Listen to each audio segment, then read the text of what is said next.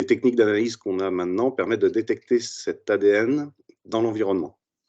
Et donc, en comparant les fragments d'ADN qu'on va collecter, on va pouvoir inventorier l'ensemble du vivant en comparant à des bases de référence qui sont préétablies. Donc, il faut évidemment connaître les séquences de chaque organisme pour pouvoir voir si ça match avec ce qu'on a dans l'environnement. Et donc, en théorie, on peut avoir toutes les espèces dans un petit prélèvement d'eau, toutes les espèces qui vivent dans et autour de la rivière. Donc, c'est une technique qui a été un petit peu développée à partir de 2008, essentiellement sur des amphibiens. Donc, ça date un petit peu. Ça, c'était les premières études. Et puis ensuite, il y a eu des développements, donc amphibiens et poissons. Il y a des gens qui ont travaillé sur les crustacés. Il y a des études très spécifiques qui ont été faites, comme sur le triton crêté, par exemple. Et puis aujourd'hui, bah voilà, on a pléthore de publications sur tout un tas de groupes. C'est vraiment une méthode qui est très à la mode. Hein. Là, je me suis arrêté en 2016, mais évidemment, ça continue. La prochaine. Voilà, on a un petit aperçu du nombre de publications depuis 2008. Donc on voit que c'est en constante augmentation et c'est encore pire maintenant, je dirais. Et on a même une revue maintenant qui s'appelle Environmental DNA, qui est dédiée uniquement aux études basées sur l'ADN environnemental.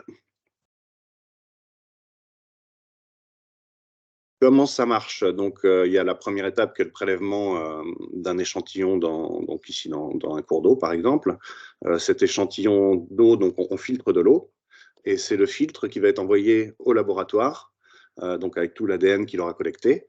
Cet ADN est extrait, amplifié, séquencé. Après, il y a une grosse phase d'analyse bioinformatique avant d'arriver au résultat. Donc, l'analyse bioinformatique, c'est trier les séquences qui nous intéressent et puis voir comment on peut les faire matcher avec la base de référence. Donc, il faut évidemment minimiser les risques de faux négatifs, faux positifs, donc matériel stérile pour le prélèvement, des laboratoires avec des très hauts standards de qualité, et puis des bases de référence valides sur le plan taxonomique. Ça, c'est vraiment important, puisque c'est ça qui va nous permettre de mettre des noms d'espèces sur des fragments de séquences. Et puis le dernier point, c'est un échantillonnage intégrateur des différentes conditions environnementales, parce que, on va le voir un peu plus loin, l'ADN ne va pas forcément être réparti de manière complètement homogène, même sur un cours d'eau qui est un peu brassé. Donc il faut des grosses capacités de filtration et puis un peu aller dans les différents endroits qu'on veut étudier.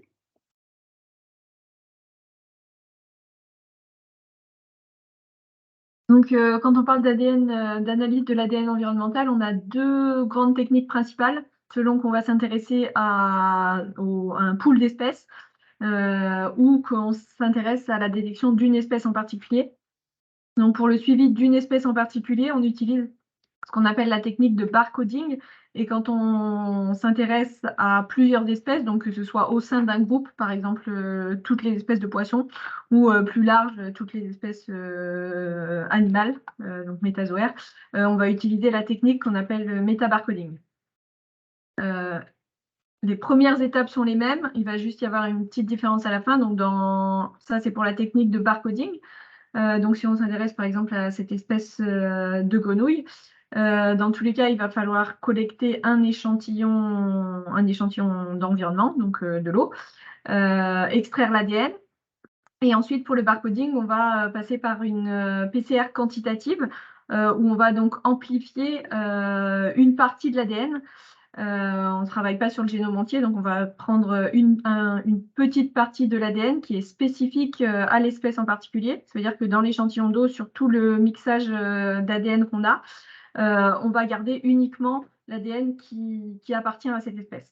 Et donc ensuite, on va faire une amplification de ce fragment spécifique et on obtient ce genre de courbe où donc si l'espèce est présente, donc si l'ADN est présent, on va avoir une amplification et donc on va avoir la quantité d'ADN qui augmente au fur et à mesure du temps. Et donc ça nous permet de dire est-ce que l'espèce est présente ou non. Dans le cas du métabarcoding, donc là, si on s'intéresse aux amphibiens, donc aux différentes espèces d'amphibiens qui sont dans cette mare, les premières étapes, c'est les mêmes. Donc, on va collecter l'échantillon, extraire l'ADN, et au lieu de faire une PCR quantitative avec des amorces spécifiques, on va utiliser des amorces qu'on appelle universelles, qui vont permettre d'amplifier l'ADN de tout le groupe auquel on s'intéresse. Donc là, tous les amphibiens.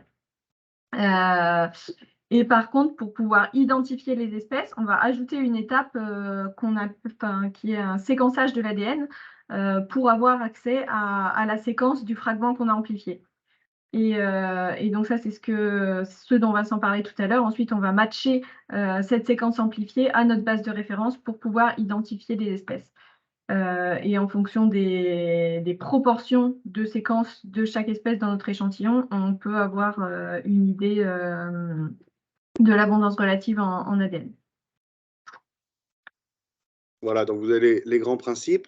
Après, il peut y avoir différents niveaux d'exigence selon ce qu'on étudie. Donc, si on va s'intéresser, par exemple, aux diatomées ou aux bactéries qui sont super abondantes dans l'environnement, on peut avoir des protocoles qui sont un peu plus légers, notamment en quantité d'eau filtrée, par exemple, et puis aussi au niveau de tout le processus de labo. De la même manière, si on va faire par exemple des estimations de stock de poissons, ce qui nous intéresse, c'est ce qu'il y a le plus, c'est la communauté, et donc pas forcément les espèces rares. Donc là aussi, on peut avoir des niveaux d'exigence un peu plus faibles au niveau des prélèvements. Et par contre, le niveau qu'on a là en R3, c'est si on va chercher des espèces rares. Donc là, c'est vraiment notre spécialité. On va vous parler plutôt de ça, où là, on essaye de mettre tous les curseurs le plus haut possible pour avoir une détection maximale. Le petit graphe que je vous ai mis à côté, c'est issu d'une publication où ça montre un petit peu comment ça se passe. C'est-à-dire que la machine va nous donner plus ou moins 25 millions de séquences. Et dans ce cadre-là, la majeure partie, on ne sait pas ce que c'est du déchet. Donc là, ils ont à peu près 14% qui est assigné. Sur ces 14%, 95%, c'est des bactéries. Et finalement, les eucaryotes ne représentent que 2,4% des séquences. Et puis au final, dans cette étude-là, ils se retrouvent avec 3 séquences de poissons uniquement. Donc, si on veut travailler sur les poissons, il faut évidemment avoir des protocoles qui optimisent la détection des poissons. Et là, c'est ce qu'on appelle les primers. Donc, sur la diapo suivante,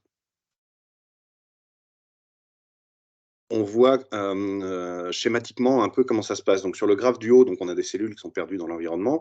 Et puis, au cours du temps, les fragments d'ADN vont justement se fragmenter, être de plus en plus courts. Et donc, la détectabilité, si on cherche de longs fragments, ben, au cours du temps, on va les trouver au début, mais très rapidement, on va les perdre, ces longs fragments. Et puis, plus on cherche des fragments courts, plus on a des chances qu'il en reste dans l'environnement au bout d'un certain temps. Donc, les primers qui sont dessinés pour les poissons, par exemple, visent des fragments d'une centaine de paires de bases uniquement. Donc, on perd un peu en résolution taxonomique, mais on gagne beaucoup en détection.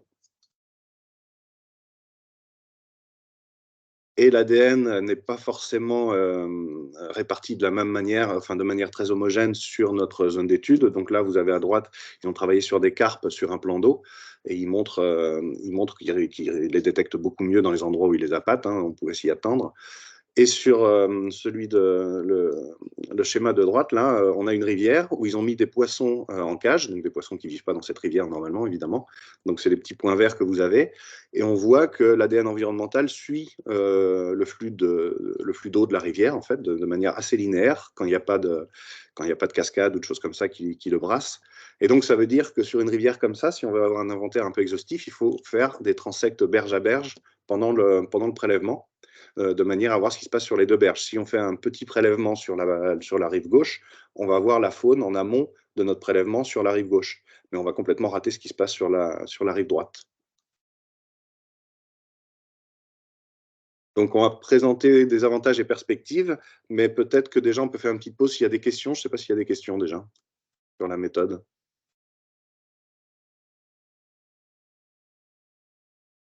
Oui, donc, pardon, excusez-moi, Alan Yott de la Fédération de pêche et de protection des milieux aquatiques de l'Ariège. Quand on parle de stock de poissons, on ne parle pas de quantitatif, n'est-ce pas? Alors, le quantitatif, on va en parler après, mais on peut effectivement travailler sur du quantitatif en quantifiant précisément le nombre de fragments d'ADN qu'on va avoir par litre d'eau. Et ça, on sait aujourd'hui que c'est corrélé avec la biomasse. Mais on n'en est qu'au début, quand même, sur du quantitatif. Merci. Pardon, il y a une question d'Antoine. Oui, Antoine Verseau de la Fédération régionale des chasseurs. Sur un graphique précédent, il y avait une échelle de temps.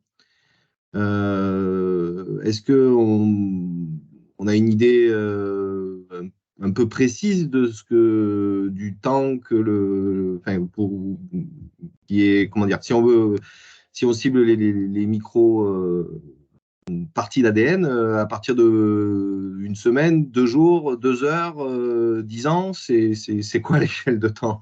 Ouais, donc il y a des expériences qui ont été menées en aquarium, en gros en mettant, je crois que c'était une tortue en l'occurrence, dans un aquarium et en l'enlevant et en prélevant tous les jours.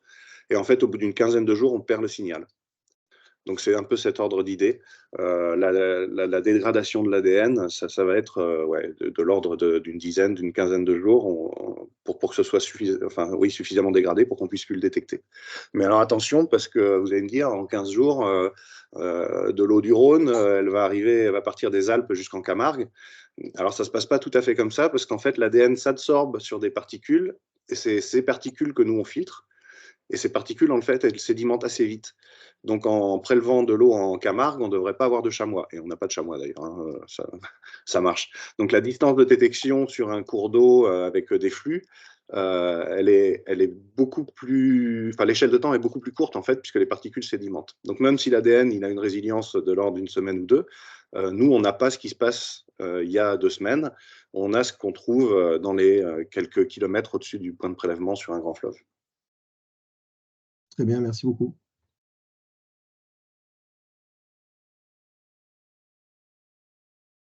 Bon, on peut continuer. Ah, non. Julie? Oui, bonjour, merci. J'avais une question par rapport au milieu. Donc là, on parle de milieu humide, donc en eau libre. Quelle réaction par rapport au climat, à la météo? Donc, si l'eau gèle ou s'il fait très chaud. Et puis également, est-ce qu'on peut trouver au niveau du sol et de l'air, par exemple? Oui, alors c'est vrai qu'on n'a pas développé ça du tout. Je vais commencer par la deuxième question. On peut faire de l'ADN environnemental sur le sol et l'air. Donc ça fonctionne. Après, pour nous, écologues, c'est moins intéressant parce que sur le sol, la dilution, elle est très très faible, évidemment. Donc en gros, si on a, je sais pas moi, un chevreuil qui est passé et qu'on prélève à 10 cm de l'endroit où il a mis les pieds, on n'aura pas son ADN. Alors que dans l'eau, on a quand même une dilution qui est plus importante. Et puis sur l'air, c'est l'inverse, c'est beaucoup trop dilué. Nous, tous les ans, on a des pollens du Canada qui arrivent en Europe. Et donc, la détection dans l'air avec les vents, on va avoir une image, on va avoir plein de trucs. Mais par contre, le facteur dilution est trop important, c'est une échelle qui est moins intéressante pour nous. Et la première, c'était quoi du coup? C'était par rapport à de la glace, par exemple. Est-ce qu'on peut prélever en faisant fondre ou est-ce que ça modifie l'ADN? Et puis la température de l'eau également, est-ce qu'il y a une influence? Je n'ai pas de réponse à ça, moi je crois pas. Je dirais que non. Je dirais qu'on peut faire fondre de la glace. Il y a eu de l'ADN fait sur la neige, donc on est quand même un peu comme sur de la glace, donc ça fonctionne. Je ne pense pas que les conditions, enfin évidemment des conditions extrêmes, oui, mais des conditions qu'on trouve sur Terre, je pense que ça marche dans tous les environnements. On travaille aussi bien dans les tropiques qu'au pôle, quoi. Super, merci beaucoup. J'ai une question à vous poser aussi, c'est Serge Rouliard, le PTB Vidourle. Pardon, Serge, il y avait une question de Marie-Émilie Navel d'abord. Il faut lever la main, excusez-moi, c'est moi. Oui, Merci. Oui, donc moi je travaille sur des sites Natura 2000 plutôt en haute montagne et j'aurais aimé savoir si ça fonctionnait aussi bien en fait sur des cours d'eau de montagne, donc avec une forte, enfin c'est pas du Rhône quoi, c'est beaucoup plus intense au niveau débit. Donc oui, il n'y a pas de raison que ça ne fonctionne pas. Par contre, effectivement, avec des débits très forts, on peut penser que l'ADN va voyager plus. Oui, on n'est pas sur des délais de 15 jours quoi. Du coup là, il faudra. Non, alors quand même pas, mais on a une étude qui a été faite en Colombie-Britannique sur des cours d'eau, oui, ici un peu de montagne quand même. Et là, ils avaient des détections de l'ordre d'une dizaine de kilomètres, selon les résultats de cette étude-là. Donc ça va être plus long, ça sédimente moins. Et... Oui, voilà. Ok, d'accord, très bien, merci. Serge? Voilà. Donc, moi, j'ai une question un peu spécifique par rapport, enfin, je travaille pour le PTB Vidourle, et justement, on veut lancer une étude, nous, sur le rôle de certains seuils sur la haute vallée du Vidourle. Et on voudrait faire des inventaires en fait, qui soient assez larges au niveau espèces, alors à la fois piscicoles, à la fois faune, on va dire, type castor, loutre. Alors, ma question, c'est en gros, est-ce qu'on peut, à travers l'ADN environnemental, avoir un panel complet de toutes les espèces qui sont présentes et qui ont fréquenté le cours d'eau? Et deuxièmement, jusqu'où on peut aller? Vous l'avez dit un peu, mais par exemple, au niveau des truites, on sait très bien qu'il y a des souches méditerranéennes, des souches qui ne sont pas méditerranéennes. Est-ce qu'on peut aller jusque-là? Et est-ce que, par exemple, même pour le chabot, on sait que, par exemple, il y a un chabot sur le lest bien spécifique, mais qui fait partie de tous les chabots. Est-ce qu'on peut aller aussi loin pour arriver à déterminer des espèces spécifiques à un cours d'eau? Alors, les deux questions vont bien ensemble, en fait, parce qu'on peut utiliser différentes amorces. Là, on vous a montré des amorces amphibiens, des amorces poissons. Il y a aussi des amorces vertébrées, par exemple, donc ils vont faire les amphibiens et les poissons, et les mammifères, et les oiseaux. Donc ça, c'est des choses qu'on utilise pas mal, nous, à l'international. Et puis, on peut prendre une amorce eucaryote, où là, on va avoir presque l'ensemble du vivant. Mais le truc, c'est que plus on prend une amorce large spectre, moins on a une bonne résolution taxonomique. Donc, avec les amorces eucaryotes, par exemple, on va s'arrêter à l'ordre ou à la famille dans la plupart des cas. Avec les amorces vertébrées, on va s'arrêter au genre pour les amphibiens, alors que si on prend une amorce amphibien spécifique, normalement, on va à l'espèce pour toutes les espèces de France, par exemple. Et puis après, il y a des limites, c'est-à-dire que même avec la meilleure amorce poisson, les chabots, on ne va pas les distinguer, parce qu'on vise un petit fragment du génome qui n'est pas informatif à ce niveau-là.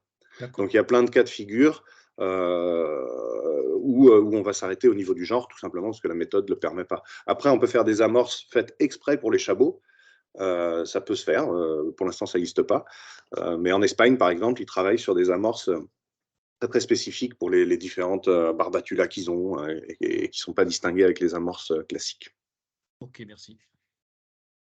Et alors, sinon, si peut-être un dernier complément, c'est qu'avec les méthodes qu'on vous présente là, donc des filtres assez larges qui permettent de récupérer pas mal d'ADN, on peut faire tourner sur un seul site plusieurs amorces.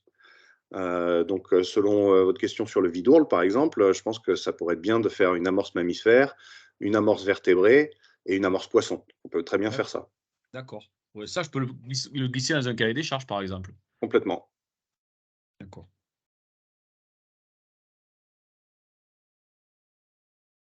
Alan? Oui, je me permets juste de reprendre la parole pour rebondir. On voit bien qu'au cœur de tout ça, le référentiel taxonomique est primordial. Je voulais savoir si les référentiels taxonomiques sont des bases de données partagées ou s'il y a des copyrights donc qui font qu'elles sont propres à chaque BE. On connaît la réputation de SpyGen. Je sais qu'il y a beaucoup aujourd'hui de prestataires qui se lancent sur cet aspect ADNE. Et j'ai le sentiment, et plus que la conviction du fait des infos qui circulent dans nos réseaux, qu'il y a une forte disparité de qualité dans les travaux, justement, dans les rendus en tout cas, ou dans la précision des rendus. Donc voilà, je voulais un petit peu savoir ce qu'il en était, et puis je voulais savoir l'appartenance et le partage des référentiels. Merci. Donc, il y a deux éléments de réponse. Dans la qualité des rendus, je ne sais pas si vous avez en tête les 3 niveaux d'exigence qu'on avait là tout à l'heure. Ça, c'est quand même la première chose, c'est-à-dire qu'il y a des gens qui proposent des solutions un peu low cost et qui vont pas forcément pousser les curseurs très très haut et donc n'auront pas les mêmes rendus au final. Donc nous, on a poussé les curseurs très haut à tous les niveaux. Donc ça veut dire des grandes quantités d'ADN filtrés, des protocoles d'extraction optimisés, où là il y a un peu de secret labo, 12 réplicas PCR, une profondeur de séquençage importante, etc. Donc ça, c'est ça qui fait qu'on va avoir une très bonne détection des espèces rares. Et puis après, par rapport aux bases de référence, je dirais que c'est plutôt partagé. Globalement, c'est plutôt partagé. On a quand même GenBank qui peut servir à tout le monde et que nous, on utilise. Donc, nous, on a nos propres bases pour éviter de dire des bêtises. Par exemple, on sait que sur GenBank, il y a plein d'erreurs de détermination. Il y a plein de gens qui ont bossé sur des chimpanzés et en fait, ils se sont séquencés eux-mêmes. Donc, sous le nom chimpanzé, c'est Homo sapiens derrière. Donc, il y a ces choses-là. Donc, nous, on essaye de clarifier tout ça pour avoir des bases de référence qui sont les plus propres possibles. Et puis après, libre à chacun d'aller séquencer des poissons ou que sais-je, et puis de garder sa séquence privée et de le dire à personne.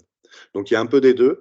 Mais je pense que dans la plupart des cas, quand même, les bases de référence sont publiques. Enfin, moi, sur les bivalves, par exemple, je l'ai rendu public. Je l'ai mise dans la publi et tout le monde peut utiliser la base de référence bivalve qu'on a.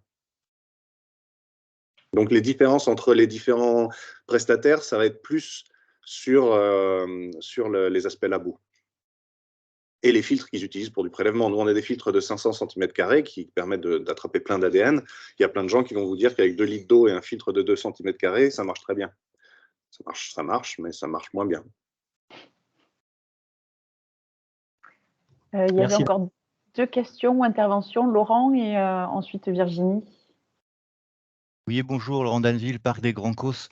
C'était par rapport à la méthodo et l'histoire des 15 jours, parce que c'est vrai que sur les eaux courantes, on a souvent des eaux souterraines, en effet, qui ont des temps de séjour qui en sont au-delà de 15 jours. Donc j'imagine qu'en effet, pour voir les espèces, celles qui sont proches du milieu aquatique, je pense que ça peut matcher, mais celles qui sont sur le bassin versant, si on a des eaux souterraines qui sont plus âgées, on risque de plus avoir d'ADN, donc ça veut dire qu'il faut peut-être faire des prélèvements pour peut-être en crue, peut-être, ou lorsqu'il y a des écoulements rapides, pour voir ce qui se passe sur le bassin versant. Voilà, c'était une précision. Ouais, bah sur les eaux souterraines, nous, on est en plein en train de travailler dessus et d'essayer de développer des méthodes. Effectivement, on voit que la probabilité, bah c'est la diapo qui est là, d'ailleurs, c'est bien. Les probabilités de détection sont plus faibles et donc il faut augmenter les temps de pompage, etc.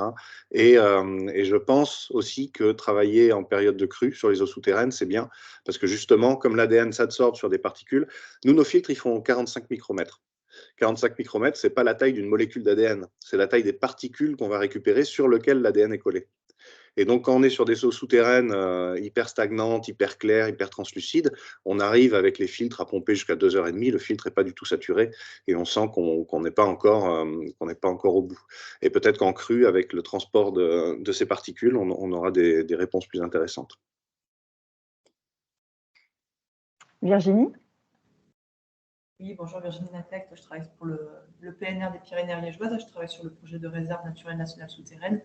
Donc la présente question était intéressante. Moi, c'était plus pour rebondir, pour faire un témoignage.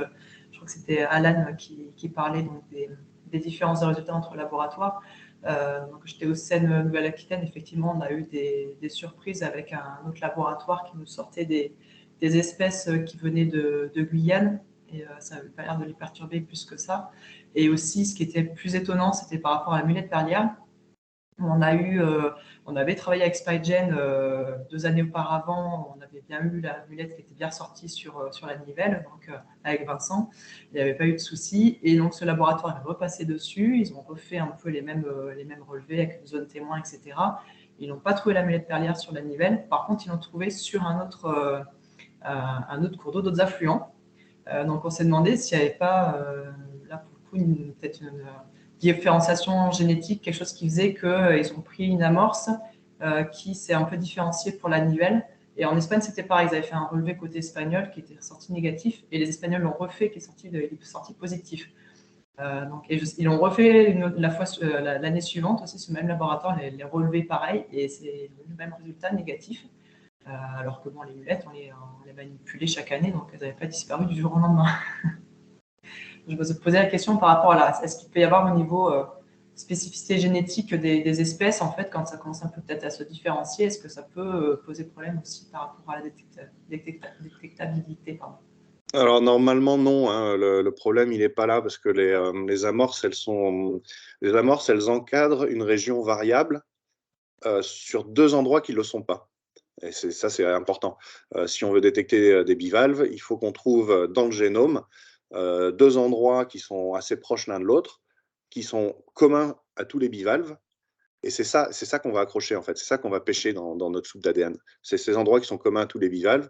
Et il faut aussi qu'entre ces 2 endroits, par contre, ce soit différent entre chaque espèce. En plus, sur les Margaritiferidae, on est sur un groupe qui évolue très très peu.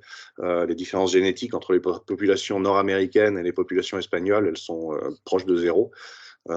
Donc là, non, on n'est vraiment pas sur une problématique de génome qui a changé. Ça, j'y crois pas. Je pense que c'est plutôt les protocoles de labo. Parce que si ce labo avait des espèces de Guyane, ça veut dire qu'ils ont des problèmes de contamination dans leur labo. Alors les problèmes de contamination, ça a 2 effets.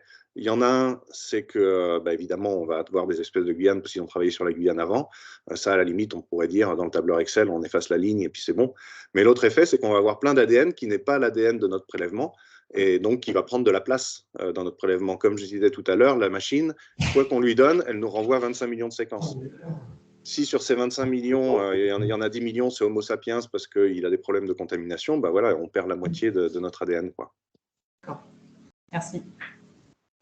Alors, il y avait encore Serge qui avait une intervention ou une question, et ensuite je vous propose peut-être qu'on continue un petit peu la présentation. Je ne sais pas ce que vous en pensez, Alicia et Vincent. Enfin, je vous laisse gérer, hein, mais par rapport au nombre de diapos et le temps qui défile. Bon, la question, elle va un peu par rapport à votre présentation. En fait, vous parliez tout à l'heure de filtres spécifiques que vous utilisez, 500 cm², si je ne me trompe pas. Est-ce que justement, dans le cadre des cahiers des charges qu'on devrait nous monter, est-ce qu'il y a des choses à ne pas rater pour choisir en fait les bons bureaux d'études ou les bonnes personnes parce qu'on peut dire on fait de l'ADN environnemental, mais apparemment, c'est très large en termes d'orientation. Est-ce qu'il y a vraiment, de façon simple, des choses sur lesquelles il ne faut pas se rater en termes de propositions, si nous, on a des propositions pour bien pouvoir les analyser? Oui, je pense que demander à ce que ce soit de grandes quantités d'eau qui sont filtrées, c'est important. Parce qu'on va avoir de plus en plus de protocoles avec des filtres qu'on appelle Sterivex et qui font 2 cm². Et là, on ne peut pas être intégrateur de l'environnement avec une seringue en berge. Comme je l'ai montré tout à l'heure, ce qu'il faudrait, c'est faire des transects de berge à berge, se balader dans le milieu pour avoir une bonne représentativité des différentes conditions environnementales et des différentes concentrations d'ADN qu'on va avoir dans le milieu. Donc, demander à ce que ce soit de gros volumes qui soient filtrés, ça me paraît vraiment la base pour nos études où on ne veut pas rater des espèces rares. Et il y a plusieurs prestataires qui proposent des gros volumes. D'accord, très bien. Merci. Et après, il y a, alors c'est un peu plus technique, mais le nombre de réplicas PCR et et la profondeur de séquençage sont aussi super importants dans la détection. Et donc ça, c'est des choses que vous pouvez demander. D'avoir 12 réplicas PCR pour être sûr d'avoir une bonne détection et des profondeurs de séquençage qui sont importantes. Ça change le prix, évidemment, mais ça peut faire partie des... Mais ça, éventuellement, c'est des choses qu'on peut peut-être se détailler ensemble si ça vous intéresse d'aller un peu plus loin pour ces aspects cahier des charges. Ok, merci beaucoup. Donc, on continue. Donc effectivement, l'avantage, c'est la diapo qui s'affiche, c'est les milieux difficiles d'accès. Faire un inventaire biodiversité en milieu souterrain aquatique, ça demande des compétences, des plongeurs spéléo, etc. Donc tous ces milieux difficiles d'accès, on espère avoir des résultats vraiment qui font la différence avec l'ADN environnemental. Je vais vous montrer un autre milieu difficile d'accès, un peu moins, c'est les grands fleuves. Donc, moi qui travaille sur les bivalves, les grands fleuves, c'est un peu un cauchemar parce que le milieu est énorme. Puis on a des problématiques de turbidité, de courant, d'embâcle, de législation aussi. Quand c'est dans le cadre professionnel, il faut des plongeurs professionnels. C'est des équipes de 3 à 4 personnes. Et puis, si on veut détecter une toute petite espèce comme Hodner-Episidium motesserianum que je vous ai mis à côté de la lumette, là, c'est du filtrage de sédiments. Enfin, c'est vraiment une aiguille dans une botte de foin. Eh ben, dans la Loire, dans la Garonne ou dans le Rhône, le petit Hodner-Episidium, on le détecte très très bien en ADN. Un autre avantage, encore une fois, exemple sur les mollusques, c'est que là j'ai à gauche des espèces souterraines et puis à droite des bivalves d'eau douce de grands fleuves. C'est des espèces qui sont très difficiles à déterminer sur des bases morphologiques. Donc en général, ce qui se passe, c'est que si on veut être vraiment sûr des déterminations, on les séquence et on fait du barcoding. Et ben là, avec l'ADN environnemental, on prend le problème à l'envers, on part directement des séquences et donc on sécurise nos déterminations.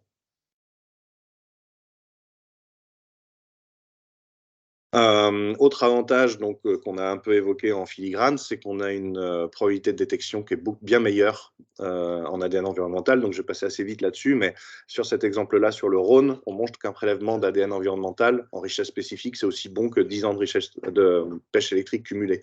Autrement soit dit, pour être aussi bon qu'un prélèvement d'ADNE, il faut faire des pêches électriques pendant 10 ans. Un autre exemple là où on n'était pas impliqué, mais avec des méthodes équivalentes aux nôtres sur la Seine. Donc on voit la richesse spécifique qu'on obtient en ADNE et ce qu'on a en pêche électrique. Donc en gris la pêche électrique, en blanc l'ADNE. Et le prélèvement d'ADNE au passage, c'est une personne avec une pompe, alors que la pêche électrique, on le voit sur l'image, c'est tout de suite des grosses équipes. Et puis en plus, c'est beaucoup plus invasif et impactant sur l'environnement. Exemple sur les bivalves, rapidement. Donc, encore une fois, les bâtons rouges, c'est ce qu'on a en ADNE, et en bleu, ce qu'on avait sur des grosses campagnes d'inventaire des bivalves, donc avec des plongeurs, avec du tri de sédiments, etc. Donc, on voit qu'on est meilleur presque à chaque fois. On m'arrête juste sur, je ne sais plus où il est, il y a un... Ah voilà, je l'ai perdu. Enfin, il y a un cas où, ah oui, ça doit être sur Mézières, un cas où on est moins bon en ADNE qu'en méthode traditionnelle. Et en fait, sur ce cas-là, c'est parce que l'espèce, elle est éteinte dans le cours d'eau, mais il reste des coquilles. Donc, l'autre avantage de l'ADN, pour ceux qui font des mollusques, en tout cas, c'est qu'on va faire des inventaires non plus sur des coquilles, mais sur des animaux qui sont vraiment vivants au moment du prélèvement. Voilà, encore dernier exemple là-dessus, c'est ce coup-ci sur les amphibiens. Et on voit qu'en ADNE, on a 97% de détection sur des marques qui sont bien connues, alors que quand on fait passer un expert, il en chope 60%. À toi, Alicia. Et donc ça, c'est un petit exemple en milieu marin, une des premières études qui a été faite sur le milieu marin, sur les requins, en Nouvelle-Calédonie. Et pareil, ils ont comparé des inventaires traditionnels, donc avec des transects plongés, UVC, c'est en vert sur les graphes, des transects caméra en bleu et l'ADNE en rouge. Et donc, au niveau de l'effort d'échantillonnage, donc avec seulement 22 prélèvements d'ADN, en fait, on arrive à avoir plus d'espèces. Donc, ça, c'est le graphe C, le nombre d'espèces totales, qu'avec plus de 2000 transects en plongée. C'est particulièrement vrai pour les requins parce que c'est des animaux qui ont quand même des comportements qui sont très mobiles, qui ont des comportements d'évitement vis-à-vis des plongeurs. Et donc, pour ce type de taxa, c'est vrai que l'ADN est particulièrement intéressant. Donc ça, c'est un exemple en barcoding cette fois. Donc pour faire le suivi d'une espèce invasive, la grenouille taureau. Et donc ils ont comparé des inventaires classiques à l'ADNE. Et donc sur 47 sites étudiés, les inventaires classiques ont trouvé l'espèce sur seulement 7 sites. Alors qu'avec l'ADN, on a eu des 38 sites qui ont été contrôlés positifs pour l'espèce. Donc il faut savoir qu'avec l'ADN, on a non seulement les adultes, mais on peut aussi, on va aussi capter l'ADN des stades juvéniles ou des larves ou des œufs. Donc ça permet d'identifier aussi des espèces de façon très précoce dans le cadre des espèces invasives. Donc finalement, les avantages qu'on peut avoir à utiliser l'ADNE, c'est d'avoir une méthode standardisée et reproductible d'année en année et de site en site, ce qui va faire qu'on pourra avoir des données comparables pour faire des suivis temporels et comparer différents sites. On a une bonne détectabilité, donc c'est particulièrement vrai pour les espèces rares, les espèces mobiles, espèces invasives par exemple. Assez facile à mettre en œuvre sur le terrain. Donc, si on compare à des inventaires qui nécessitent des plongeurs, donc avec une logistique quand même assez importante, des plongeurs professionnels, un cadre réglementaire qui peut être un peu lourd, un prélèvement d'eau, c'est vrai que c'est généralement plus facile à mettre en œuvre. Ce qui permet de faire également gagner du temps, alors à relativité quand même parce que les analyses prennent un certain temps aussi, une fois qu'on a fait le prélèvement, et des coûts assez compétitifs finalement par rapport à des coûts d'inventaire classiques. Le gros avantage, c'est que comme on utilise du matériel stérile parce que c'est sur cet évitement des contaminations que repose toute la technique, on va aussi éviter d'introduire des organismes pathogènes ou des organismes étrangers dans les milieux. Et c'est une technique non invasive sur le milieu. Donc, si on compare à, par exemple, du chalut en milieu marin ou de la pêche électrique, là, on prend juste un échantillon d'eau, donc on perturbe au minimum le milieu. Et ça, c'est ce que Vincent disait tout à l'heure, on peut, avec un même échantillon d'eau, on peut utiliser plusieurs marqueurs et donc s'intéresser à plusieurs groupes taxonomiques. Et on peut aussi revenir en arrière sur un échantillon où, par exemple, on va faire un inventaire poisson et on se dit l'année d'après, finalement, ça aurait été bien aussi de regarder les vertébrés. Et on peut revenir en arrière sur notre échantillon de l'année dernière, faire une amplification sur les vertébrés et étudier ce qu'on avait les années précédentes. Je vois qu'on a une question de quelqu'un, on peut peut-être la prendre. Oui, c'est François Xavier. Oui, bonjour, François-Xavier Coindé de l'EPTB Adour. Une question un peu générique et je n'attends pas une réponse très précise parce que toute chose n'étant pas égale par ailleurs, ma question va être un peu du funambulisme. Vous avez indiqué que, en prenant l'exemple de pêche électrique d'inventaire piscicole, la capacité de détection, en tout cas de présence-absence d'espèces était plus fine sur l'ADN environnemental. Je voulais savoir en termes de coût, de mobilisation d'un bout à l'autre de la chaîne, ce que ça peut représenter à territoire à peu près comparable. Je ne cherche pas une réponse particulièrement pointue, c'est plutôt un ordre de grandeur, c'est-à-dire est-ce qu'on est par exemple dans un rapport de 1 à 1, de 1 à 5, de 1 à 10, ces grandes masses-là. Voilà, merci d'avance s'il y a une réponse possible aujourd'hui et sinon on aura le temps d'échanger là-dessus. Merci beaucoup.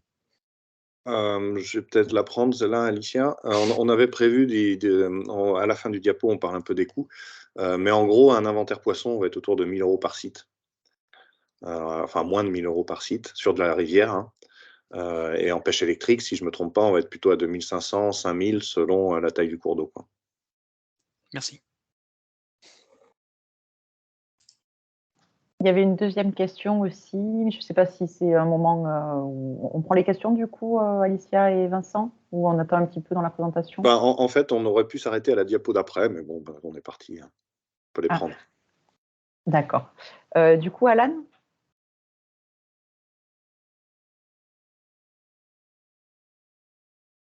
Ah, Alan a baissé la main, donc du coup, peut-être qu'il attend la diapo d'après finalement.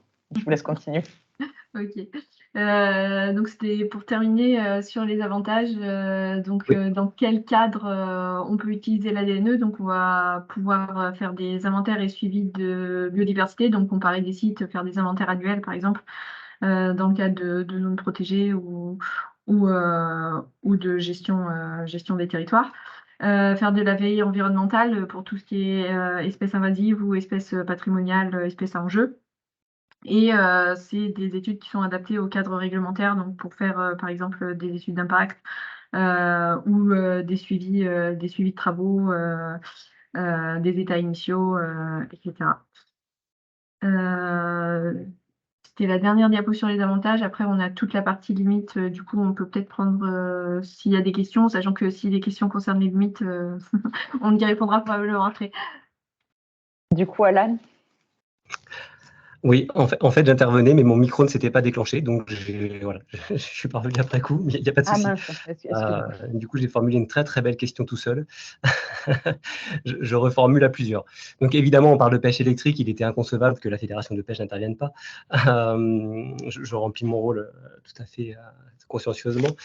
Alors pour ce qui est des coûts, juste pour répondre rapidement à la dernière intervention, sur une pêche à une anode sur donc des cours d'eau inférieurs à 5 mètres de large, on est aux alentours dans les mêmes gammes de prix en fait, 800 000 €.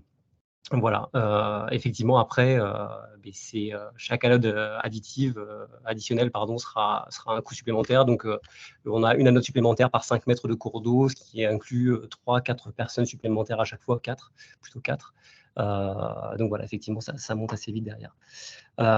Juste, je voulais quand même préciser que si l'ADNE a d'énormes vertus, hein, on en est tous conscients, sinon on ne serait pas présent, et constitue une voie vers la connaissance qui est vraiment exploitée, n'en demeure pas moins que tout ce qui va être inventaire piscicole notamment, je vais parler des méthodes que je connais, je vais pas parler des méthodes naturalistes autres, mais sur l'aspect piscicole, si on ne fait pas des pêches électriques d'inventaire complète, et je ne parle pas de PA, hein, je ne parle pas de prospection par point ou de pêche partielle, on ne peut pas avoir le quantitatif et notamment la lecture des structures de population et des dynamiques de population.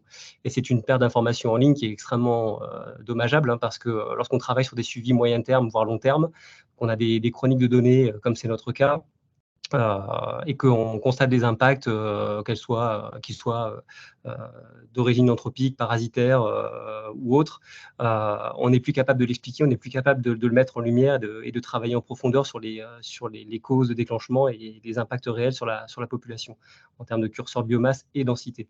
Et je pense qu'il ne faut quand même pas négliger ces aspects-là, et il ne faut pas non plus que l'ADNE donne l'impression, alors on en arrive, c'est un peu la transition certainement vers limité développement, mais on ne peut pas donner l'impression non plus que c'est quelque chose qui permet de s'affranchir du reste, quoi. Voilà. C'est pas totalement vertueux, et il est évident que si on travaille en profondeur sur les dynamiques de population et les structures de population, l'aspect quantitatif et la précision donc des pêches électriques est incontournable. Alors nous, on a la chance de travailler sur des peuplements plutôt monospécifiques, ou en tout cas avec une richesse spécifique qui est relativement faible, ce qui fait que je pense que nos résultats sont bien meilleurs que ce qui a été proposé ici.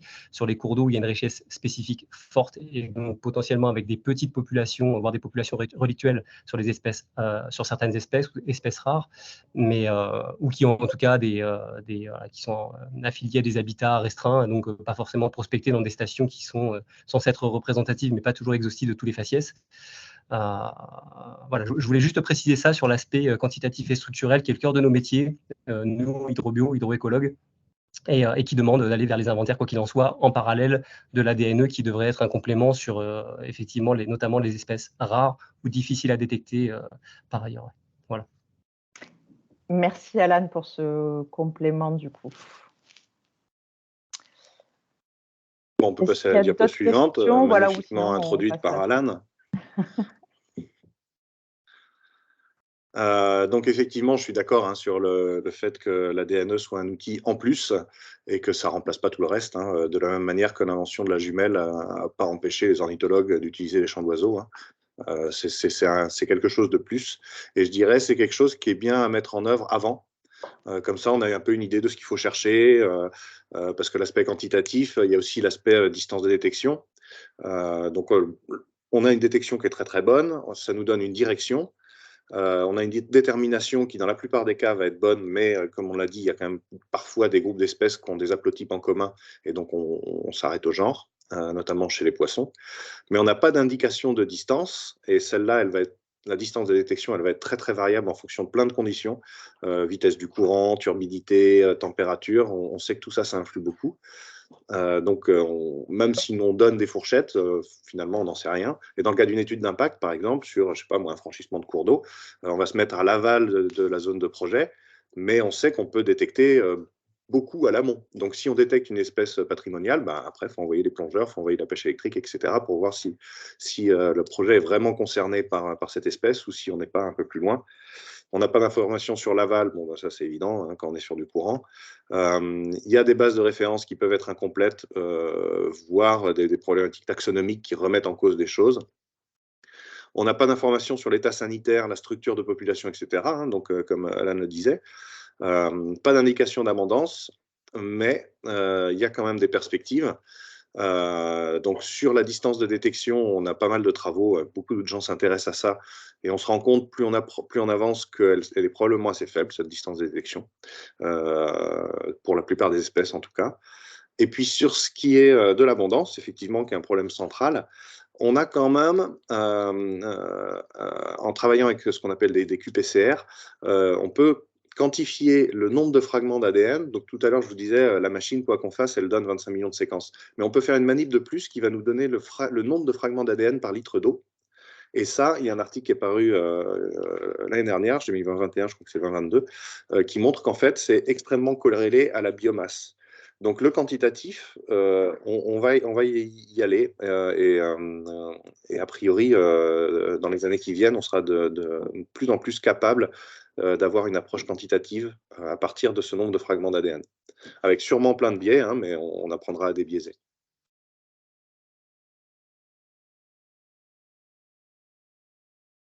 Et donc, une des grosses limites de l'ADN, c'est, comme disait Vincent, les bases de référence. Donc, si on a des séquences d'ADN dans notre échantillon, on peut avoir, si l'espèce n'est pas présente dans notre base de référence, on aura une séquence, on sait que c'est une espèce potentiellement différente, mais juste on ne sait pas ce que c'est. Donc, ce qu'on fait en général dans ces cas-là, c'est que par similarité des séquences, on arrive à l'assigner par exemple à un genre ou à une famille. Si dans notre base de ref, on a des échantillons, enfin des espèces du même genre ou de la même famille qui sont séquencées. Parfois, pour des organismes, typiquement des milieux où en fait il y a assez peu d'efforts d'échantillonnage qui ont été faits ou qui sont très, très mal connus, on peut avoir des séquences qu'on arrive à assigner à rien du tout. Ça arrive notamment, je pense, en milieu marin, aux zones abyssales où en fait il y a assez peu de tissus qui ont pu être collectés et peu de séquences qui sont disponibles.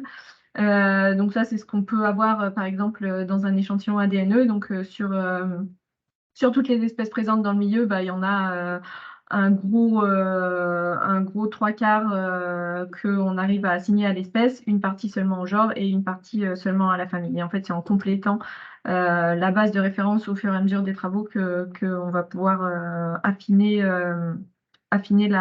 les assignations taxonomiques. Et donc, les bases de ref, c'est quelque chose qui est en constante évolution. Donc, à chaque fois que des gens, n'importe où dans le monde, vont travailler sur une espèce, en général, ils ajoutent les séquences qui séquencent sur GenBank et tout le monde peut les utiliser. Les laboratoires qui font de l'ADNE, en général, ont toute une partie de développement des bases de référence aussi où on va séquencer les fragments qui nous intéressent, les rendre publics ou non, ça dépend des études, ça dépend de beaucoup de choses. Et il y a des gros projets aussi de séquençage de génomes entiers où en fait ça vient alimenter au fur et à mesure les bases de référence. Et l'avantage, c'est qu'une fois qu'on a séquencé ce qu'on a dans nos échantillons ADNE, on peut toujours refaire tourner les analyses bioinformatiques avec les mises à jour de la base de référence si on veut updater un peu nos résultats, si on sait qu'il y a eu des améliorations à ce niveau-là.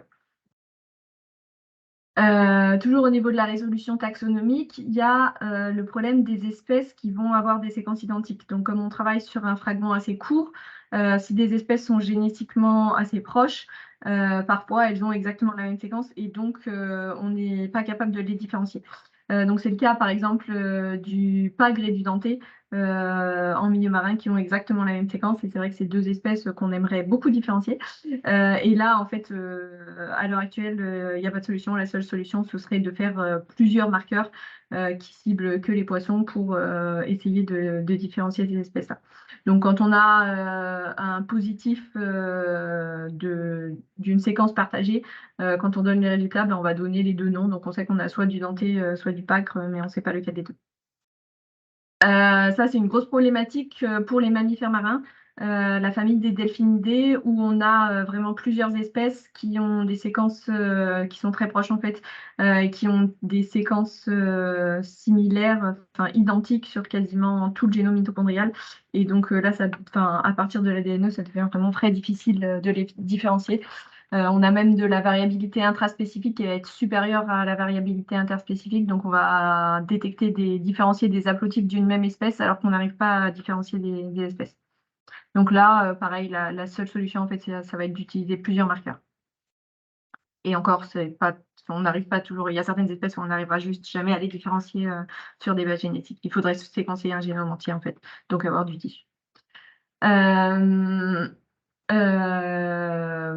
Après, il y a toujours des risques d'erreur, mais ça va être le cas dans toutes les méthodes d'échantillonnage.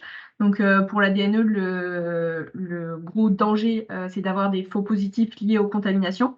Un faux positif, c'est donc quand on détecte une espèce alors qu'elle n'est pas présente.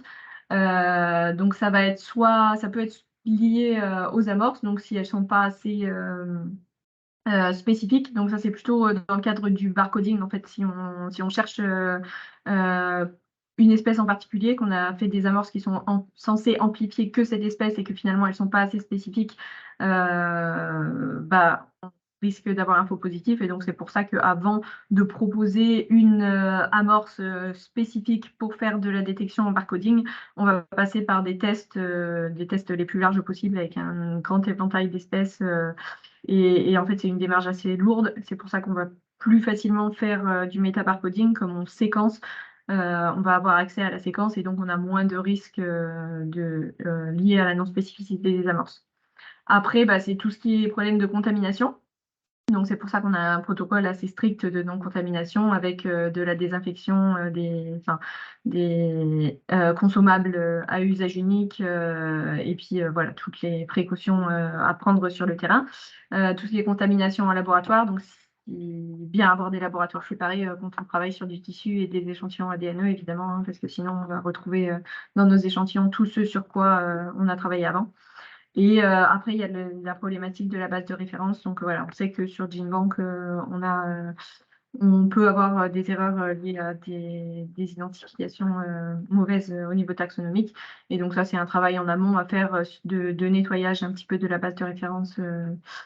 Voilà, qu'on fait quand on propose des analyses en routine. En général, on a fait bien ce travail en amont. Mais il faut le garder en tête. L'autre problématique, c'est les faux négatifs. Donc là, c'est ne pas détecter une espèce alors qu'elle est présente.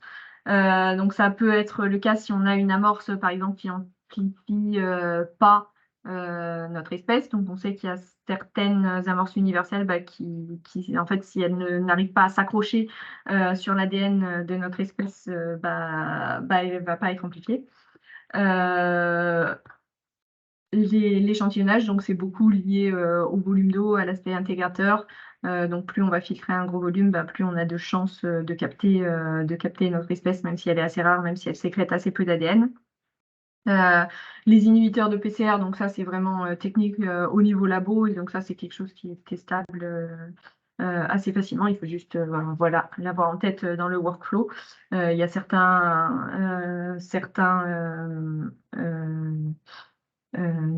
molécules qui vont inhiber la PCR en fait et empêcher l'amplification. Avoir une quantité d'ADN suffisante. Donc ça va dépendre à la fois de l'espèce. Donc il y a certaines espèces qui vont excréter assez peu d'ADN. C'est le cas par exemple des crustacés.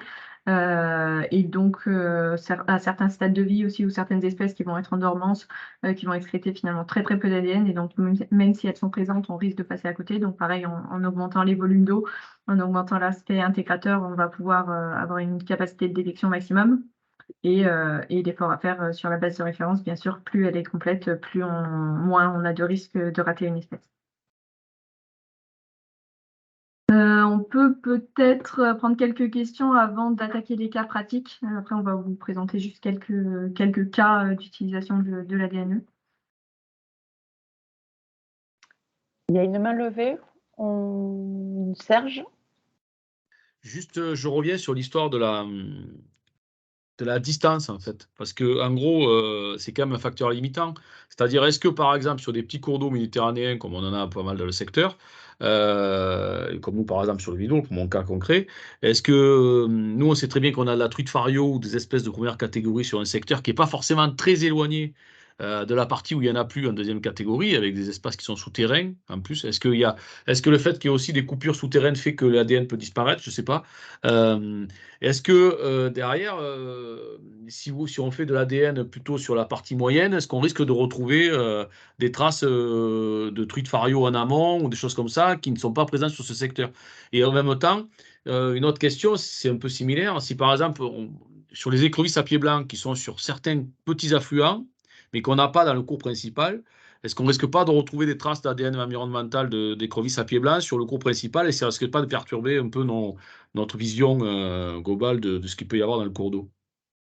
Si, tout à fait. Dans le cas des écrevisses, oui, le cours d'eau se déversant dans le grand cours d'eau, on va choper de l'ADN d'écrevisses à l'aval. Hein.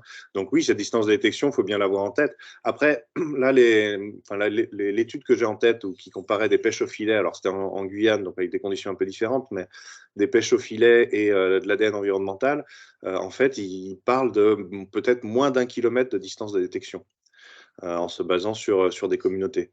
Donc, quand on fait des campagnes, je vais en présenter quelques-unes sur tout un fleuve, on voit bien quand même, alors nous on se met à 10 km, mais qu'on n'a pas la même chose dans tous les prélèvements. On n'a pas le ressuyage de tout l'amont dans notre prélèvement de l'aval. Donc cette distance de détection, on ne sait pas trop comment la gérer, et c'est pour ça que l'ADN environnemental, ce que je dis souvent, c'est qu'il faut un peu le considérer comme une odeur. On a une odeur, on a une direction, on sait ce que ça sent, mais on ne sait pas combien il y en a, on ne sait pas à quelle distance. Donc c'est un préalable, mais après, effectivement, il faut garder les méthodes traditionnelles pour avoir une image plus précise.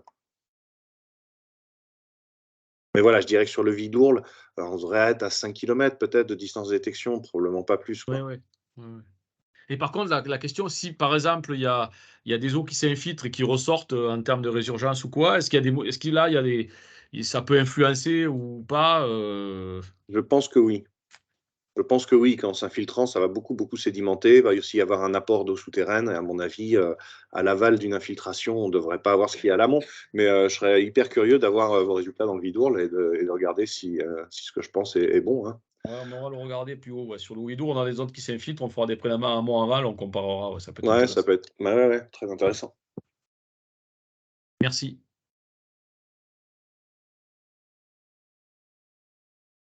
Pas d'autres questions? Je vous propose qu'on continue. Voilà, donc on va vous présenter plusieurs cas de figure. Et puis on va essayer d'aller assez vite parce que l'heure tourne. Donc tu commences, Alicia. Oui, alors je vais juste vous présenter deux petits cas pour la technique de barcoding, donc le suivi d'une espèce spécifique. C'était les tout premiers travaux de Spygen, donc sur le triton traité, qui est donc une espèce menacée au Royaume-Uni. Et donc ça, c'est une première étude qui a comparé différentes méthodes de détection de cette espèce.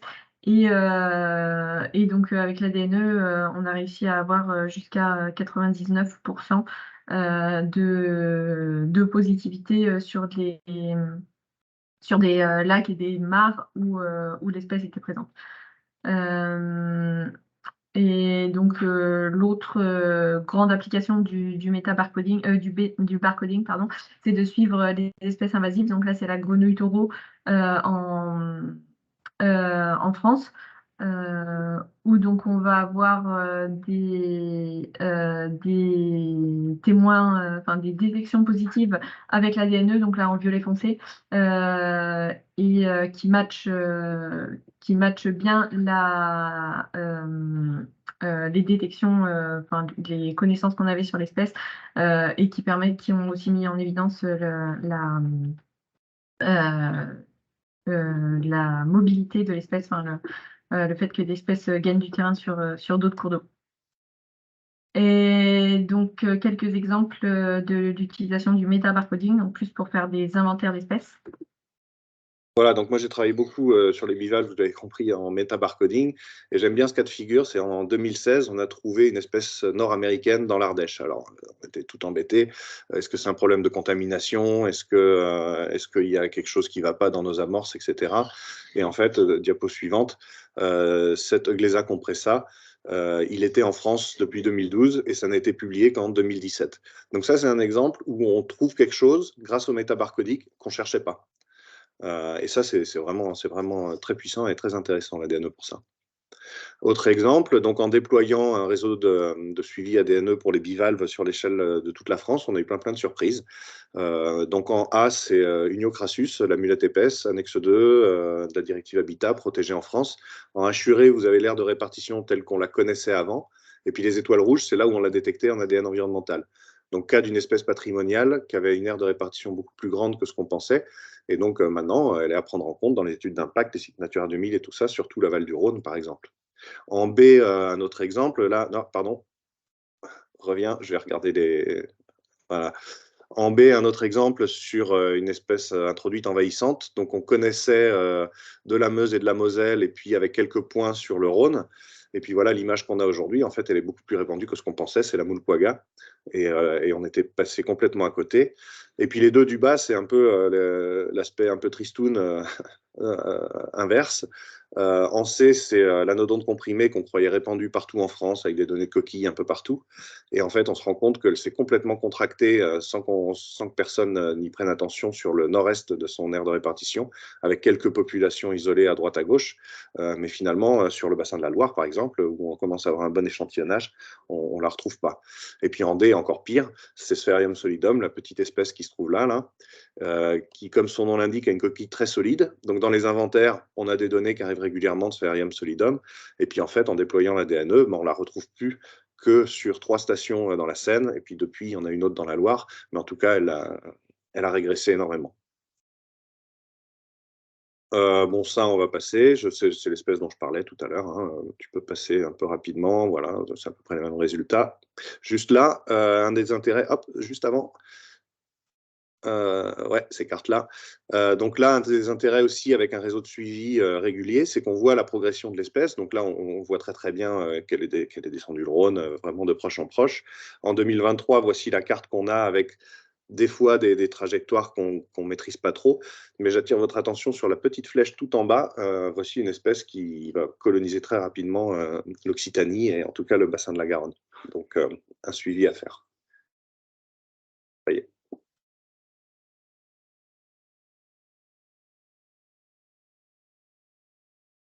Je la fais celle-là aussi. Donc, OK, un autre intérêt, c'est que là, par exemple, on travaille à la fois sur les amphibiens et sur leurs pathogènes. Donc, à partir du même prélèvement, on peut faire la chytride ou le ranavirus ici et la diversité spécifique. C'est quelque chose qu'on peut faire aussi sur les écrevisses. Et notamment, alors on a dit tout à l'heure que les écrevisses, comme tous les crustacés, relarguent assez peu d'ADN, donc on peut avoir du faux négatif. Mais par contre, ce qu'on détecte très bien, c'est la peste de l'écrevisse. Et donc, on peut, par exemple, faire un test écrevisse et peste de l'écrevisse dans une zone où on prévoit de réintroduire de l'écrevisse à pattes blanches, par exemple, pour vérifier qu'il n'y a pas de signal et qu'il n'y a pas de peste de l'écrevisse sur cette rivière-là. Allez, à toi, Alice. Donc, je vais vous présenter quelques études pour le milieu marin aussi. On a beaucoup travaillé en milieu côtier, notamment avec les réserves. Donc ça, c'était une des premières publications, une des premières études qu'on a fait sur la Méditerranée, donc pour regarder les assemblages de poissons à l'intérieur et à l'extérieur de certaines aires protégées de Méditerranée française. Donc on a échantillonné à l'intérieur des cœurs de réserve et puis à deux distances différentes et comparer les assemblages de poissons. Et donc, le résultat très, très surprenant qui était ressorti de cette étude, c'est qu'en fait, on avait plus d'espèces, on détectait un plus grand nombre d'espèces à l'extérieur de la réserve qu'à l'intérieur, ce qui était assez contre-intuitif. Et en fait, ce qu'on s'est aperçu, c'est qu'on détectait une forte diversité des petites espèces cryptobenthiques, donc les gobies, les blennies, qui sont en fait assez difficiles à suivre et puis souvent juste pas ciblés par les inventaires classiques, notamment les inventaires en plongée. Et donc, en fait, à l'extérieur des réserves, on avait une plus grosse diversité. On parle toujours en nom d'espèces ici, hein, pas en biomasse, bien sûr. Et donc, une plus grande diversité de ces petites espèces, ce qu'on explique par une pression de prédation qui va être moins forte à l'extérieur de la réserve parce qu'on va perdre les gros prédateurs, en fait, les espèces prédatrices, donc une pression de prédation moins forte qui fait augmenter la diversité des petites espèces. Et donc, à partir de ces données-là et d'autres données, on a développé une batterie d'indicateurs de biodiversité pour regarder différentes composantes de la biodiversité. Donc, par exemple, tout ce qui est richesse des fonctions écologiques, richesse phylogénétique, le statut d'exploitation des espèces aussi, et puis la rareté, les espèces en danger. Voilà. Et on a testé l'effet de la protection en réserve sur ces différents indicateurs. Et donc, on a vu qu'on avait 4 indicateurs qui répondaient à la protection. Donc, le nombre total d'espèces, donc ça, c'est en lien avec l'étude que je vous montrais juste avant, donc qui va diminuer à l'intérieur des réserves. Mais par contre, la diversité des fonctions écologiques, donc ça va être les caractéristiques écologiques des espèces, ça, par contre, ça va augmenter à l'intérieur des réserves. Donc, en fait, même si on a moins d'espèces, finalement, on a des espèces qui font des rôles plus différents à l'intérieur des réserves. On va protéger une diversité, un fonctionnement écologique qui est plus grand. Pareil, au niveau des lignées génétiques, on va avoir des espèces qui sont plus diversifiées. Et on a également donc un ratio d'espèces pélagiques par rapport aux espèces benthiques qui va être plus élevé à l'intérieur des réserves. Donc, on va avoir plus d'espèces démersales pélagiques par rapport aux espèces cryptobenthiques. Et donc ça va être des indicateurs qu'on va pouvoir utiliser après. Donc là, on s'est intéressé à l'effet réserve, mais on peut aussi l'appliquer en regardant, par exemple, comment ils évoluent liés à des facteurs environnementaux ou à des pressions humaines. Et donc un exemple de détection, donc là c'est sur les mammifères marins, sur une petite île donc au large de la Colombie, où en fait avec des prélèvements ADN, on a réussi à détecter une espèce, le cachalot nain, qu'on n'avait jamais réussi à identifier avant, malgré plusieurs expéditions qui essayaient de le trouver avec des inventaires visuels. Et en fait, on a réussi à détecter son ADN dans l'eau au large de cette île. Voilà. Je ne sais pas si vous avez des questions sur les cas pratiques. Sinon, après, la prochaine partie, c'est sur vraiment le concret, comment on fait pour mettre en place un inventaire ADN. Je ne vois pas de main se lever. Ok, et ben on continue. Donc du coup, les grandes lignes de la marche à suivre. Donc d'abord, il va falloir définir une stratégie d'échantillonnage, dimensionner le projet. Donc ça va être dépendamment des objectifs de l'étude, hein, si c'est des objectifs de recherche, de suivi, etc. Et dimensionner, donc ça veut dire combien on va faire de réplicas, comment on espace nos sites, combien de sites. Voilà, et donc ça, c'est des choses sur lesquelles SpyGen peut accompagner ou ça peut être défini avec des partenaires, c'est vraiment selon vos besoins. Donc ensuite, à partir du dimensionnement, on va pouvoir faire un chiffrage et un devis. Et donc ensuite, nous, comment on fonctionne, c'est qu'on va former nos partenaires à l'échantillonnage, donc expliquer comment fonctionnent les pompes, comment fonctionnent les filtres, quelles précautions à prendre au niveau des contaminations sur le terrain, pour que après les partenaires puissent faire directement les prélèvements. Donc nous, on envoie le matériel. Donc les kits d'échantillonnage, ça comprend des capsules de filtration. Donc ça, c'est les filtres. Il y a 2 tailles de filtres. Donc selon la turbidité du milieu, ça c'est à affiner dans la stratégie d'échantillonnage, des tuyaux et puis le tampon de conservation qui permet de conserver les filtres ADN à température ambiante pendant plusieurs mois. Tout le matériel est garanti DNA free, c'est pour ça que vous avez tout en plastique, hein, malheureusement, ça fait pas mal de déchets, mais on est obligé pour avoir du matériel qui ne soit pas contaminé, évidemment. Et on utilise des pompes péristatiques donc pour faire remonter l'eau dans le filtre. Et donc ça, voilà, ça, on en a à disposition où les partenaires peuvent utiliser leur. Et donc après, les prélèvements peuvent être faits en autonomie.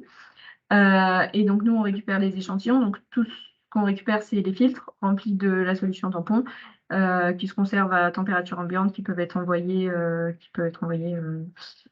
par colis normal et qui sont stables, qui peuvent être conservés pendant plusieurs semaines ou mois. Et donc ensuite, SpyGen s'occupe de la partie analyse en laboratoire, donc l'extraction de l'ADN, les amplifications avec les amorces selon le groupe taxonomique auquel on s'intéresse, et les analyses bioinformatiques où donc on va faire matcher la base de référence avec les séquences qu'on retrouve dans l'échantillon. Et ce qu'on rend, c'est une liste d'espèces qui est présente dans chaque échantillon. Donc ça, c'est un exemple de résultat qu'on a donc en barcoding. Là, c'est pour le triton traité. Donc, par exemple, on va avoir les différents sites, l'identification unique de l'échantillon, donc SpyGen, et ensuite, est-ce qu'on a détecté l'espèce ou non. Et ensuite, on va faire 12 réplicas PCR. Donc, sur un même échantillon, en fait, on va faire 12 amplifications différentes. Et on dit combien de ces réplicas sont positifs. Donc là, par exemple, sur la première ligne, on a trouvé du triton traité dans les 12. Sur la deuxième ligne, on en a trouvé dans seulement 5. Voilà. Et donc en métabarcoding, ça suit le même principe, mais sauf qu'on s'intéresse à plusieurs espèces. Donc au lieu d'avoir du oui-non, on va avoir, là on a nos échantillons en colonne. Donc site 1 avec 2 réplicas. Généralement, on va prélever 2 filtres par site pour être plus intégrateur et pour augmenter les chances de détection. Et en ligne, on a les espèces. Et donc, on va donner pour chaque échantillon. Donc, chaque échantillon, c'est les numéros, les identifiants qui commencent par SPY, le nombre de réplicas PCR positifs et le nombre total de séquences.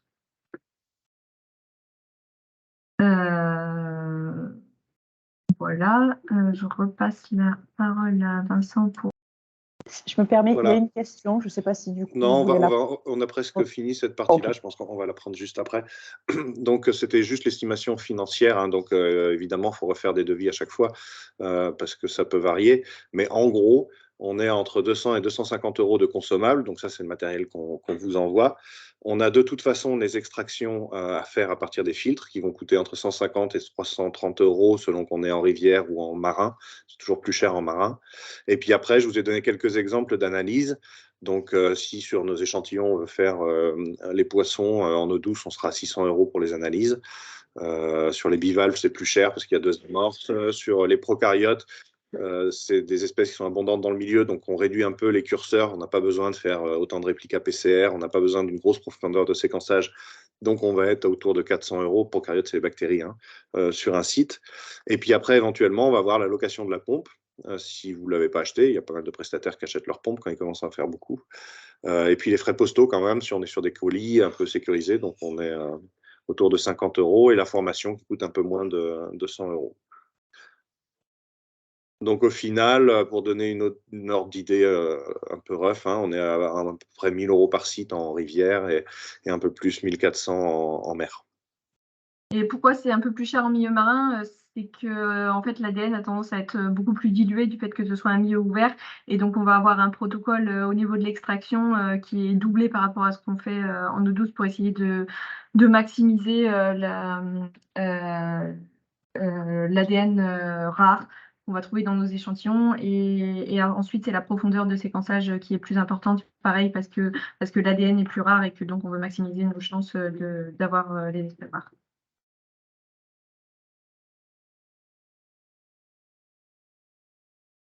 Je pense qu'on peut prendre les questions avant d'attaquer la dernière partie. Alors, Alan et ensuite Laurent. Oui, merci Julie. Ma question portait, alors pas nécessairement sur la partie qui vient d'être présentée, encore que c'est lié à ce que j'ai vu dans une colonne. Je voulais savoir si vous étiez capable d'évaluer une puissance de signal et donc en fait de trianguler la position de quelque chose, d'un organisme. Je pense par exemple à des choses sur lesquelles on travaille nous, qui sont les bryozoaires. Ce qui amène une seconde question, y a-t-il des spécialistes bryozoaires ADNE en France?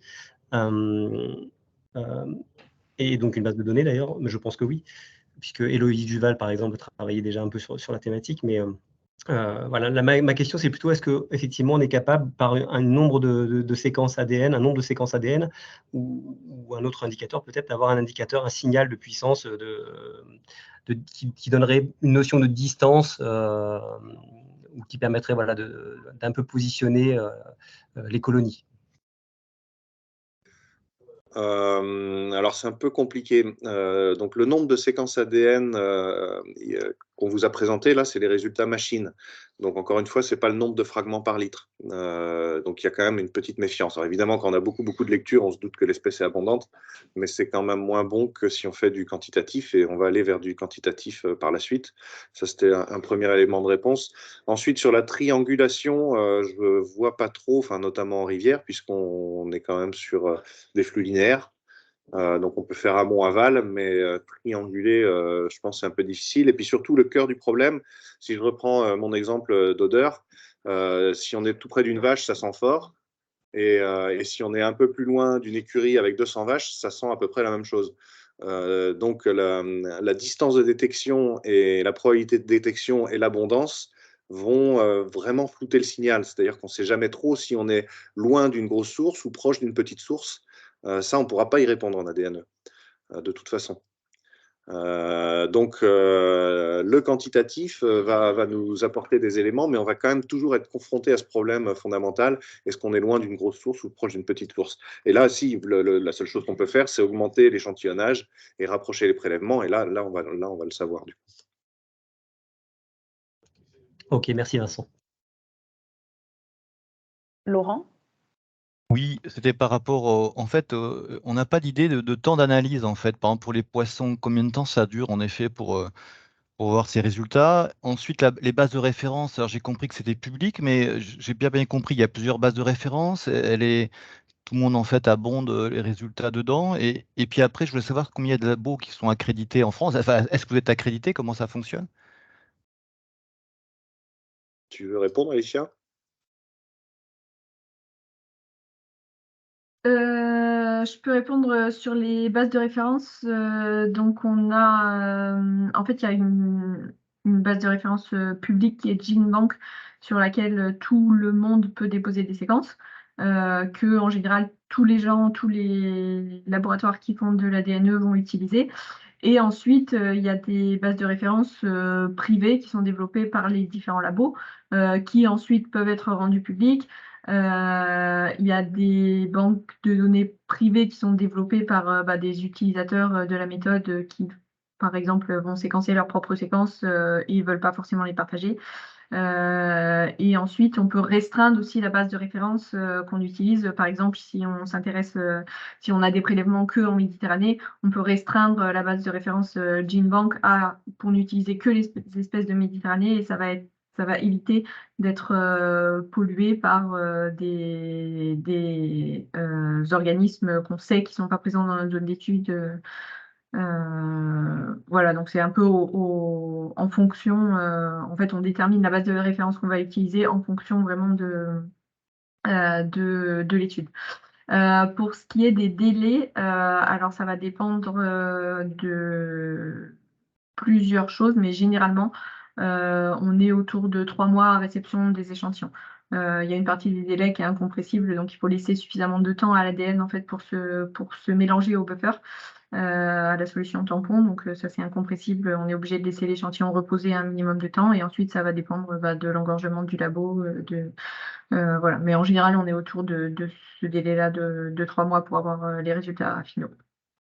On peut éventuellement faire passer en express, alors ça a un coût, hein, mais c'est quelque chose qui peut être proposé un peu exceptionnellement, de réduire ce délai à, je ne sais plus ce qu'on peut faire, je crois qu'on peut faire 1 mois. Mais du coup, c'est plus compliqué parce qu'il faut faire des manips exprès pour cette échantillon-là, alors que normalement, on le pool avec d'autres, etc. Donc ça coûte plus cher, mais c'est quelque chose qui peut être proposé. Et après, pour le dernier aspect de la question sur l'accréditation, pour l'instant, non, il n'y a pas d'accréditation, et j'ai envie de dire, c'est un peu ça le problème. Il va falloir y venir, parce que comme on vous a présenté, il y a différentes méthodes qui peuvent être proposées, et on peut proposer 2 litres d'eau dans un filtre de 2 cm² à 200 €. Et à côté de ça, nous, on va être plutôt à 1 000 € par site. Évidemment, ce n'est pas la même prestation.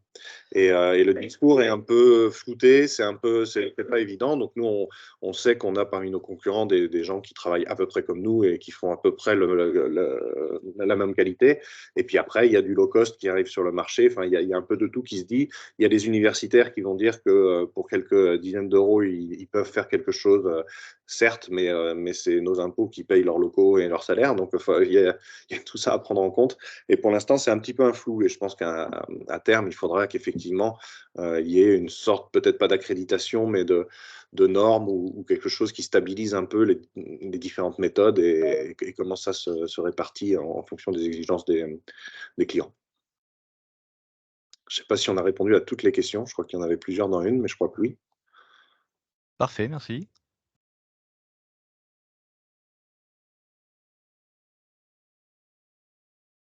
Julie, tu n'as pas ton micro, Julie. Ah, je disais juste, est-ce qu'il y a d'autres questions avant de passer à la suite? Et du coup, oui, François-Xavier? Oui, encore moi. Une question bon, à Vincent, mais c'est une question un peu générale, mais comme Vincent a signalé tout à l'heure qu'il avait publié et donc finalement partagé gracieusement des travaux.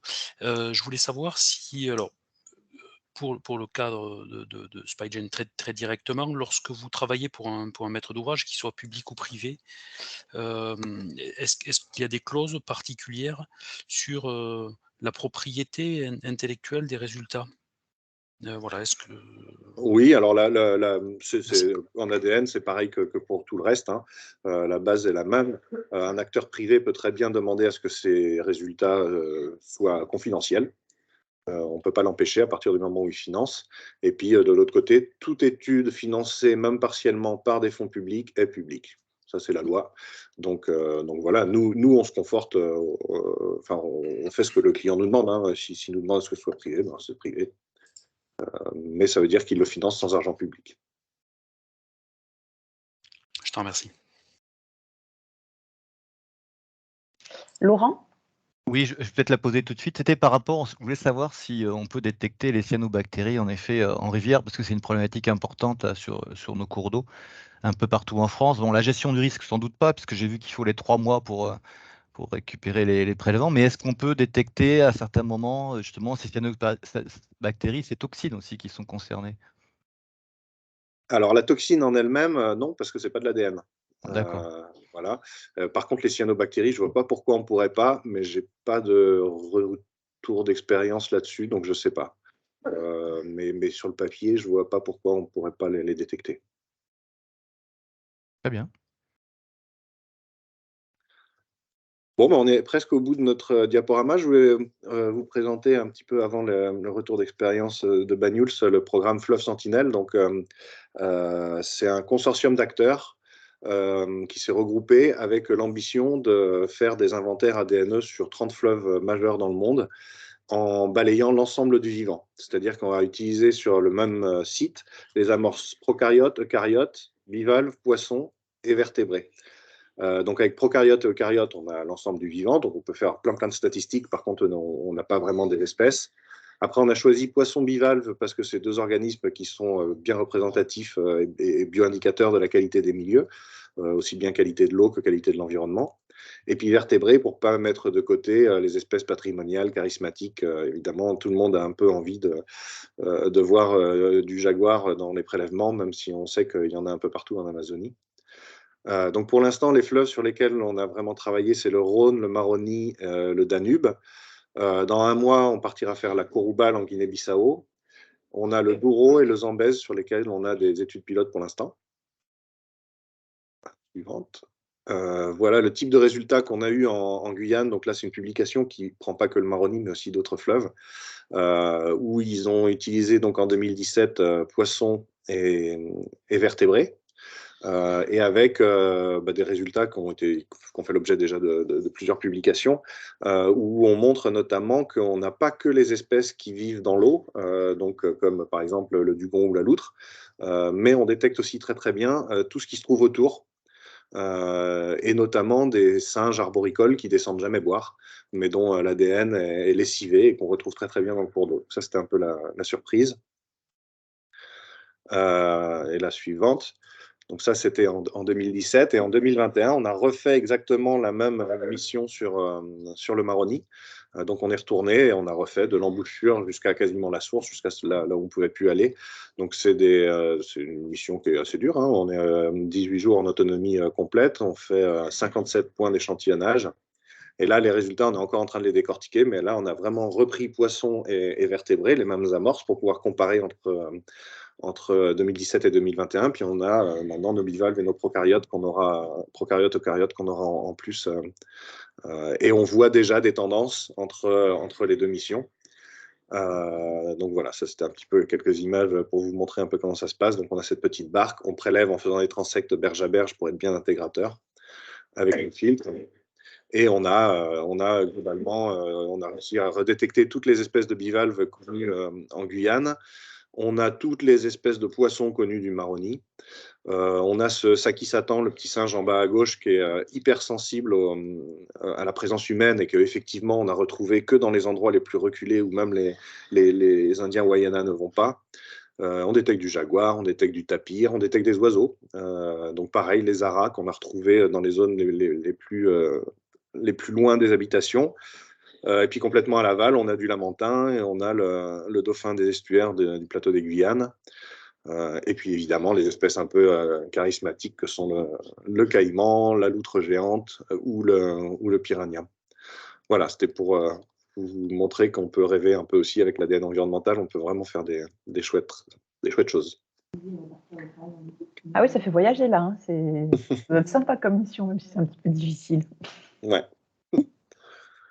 Et du coup, on va essayer dans le même cadre de cet observatoire de faire un peu la même chose en milieu marin avec le programme Air Marine Sentinelle, donc qui est piloté par le laboratoire Marbec de l'Université de Montpellier et qui n'est pas aussi avancé que le programme Fleuve Sentinelle, mais qui va commencer officiellement cet été, ce printemps. Ça c'est juste une slide rapide pour montrer l'intérêt du projet. Donc en fait les suivis à long terme, en fait il y en a assez peu finalement, et l'intérêt d'un programme à long terme, c'est d'avoir une durée, une intégration temporelle qui excède ce qui est fait en général maintenant, qui sont autour de 4 ans, et d'avoir vraiment un partenariat local avec les différentes aires marines qui vont être impliquées dans le programme. L'idée, c'est de faire un échantillonnage saisonnier, été-hiver, d'intégrer, de faire au moins un échantillonnage surface, potentiellement aussi mésophotique. Donc la zone mésophotique au-delà de 30 mètres, mais pas nécessairement. Voilà, et d'avoir une bancarisation des données pour mettre les données à disposition de tous les partenaires avec des symposiums annuels pour échanger un petit peu les résultats entre les différentes personnes. Donc pour l'instant, on a des pilotes avec des aires marines françaises. Donc certains sont déjà actés, certains pas forcément. Donc on en a plusieurs en Méditerranée, mais aussi sur la Manche et sur la façade atlantique. On a pour objectif d'en faire une dizaine en 2023 et potentiellement 20 en tout entre 2024 et 2025.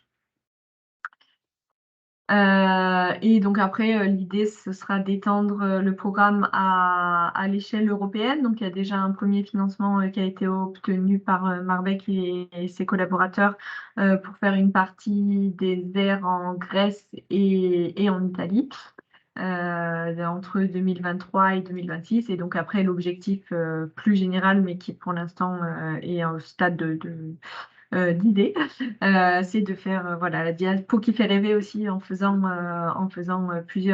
une centaine d'aires marines dans le monde, dans les différentes écorégions, que ce soit tropicales ou polaires. Voilà, et donc je vais du coup passer la parole à la réserve marine de Cerbère-Banyuls, qui justement fait partie des réserves qui vont faire partie des premiers du programme Air Marine Sentinelle, et qui utilise déjà la DNE depuis un petit moment via des collaborations avec le laboratoire de Marbec.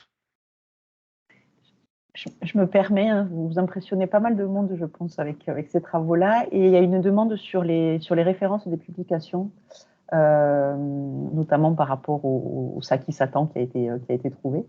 Est-ce que vous pourrez, c'est des choses qui peuvent être transmises ou soit les mettre dans la conversation c'est pas publié, le Saki Satan. Mais oui, tout ce qui est publié, bien sûr, on peut vous transmettre les références. Super. On va faire une version partagée du diapo, donc on pourra y inclure une diapo avec toutes les références pertinentes. Génial. Merci à tous les deux. Et du coup, on laisse la parole à Virginie. Super. Vous m'entendez bien? Très bien. Et on ne te voit pas, par contre. Bon, après, je peux mettre la caméra, c'est pas un souci. Du coup, c'est toi, Alicia, qui me passe les diapos?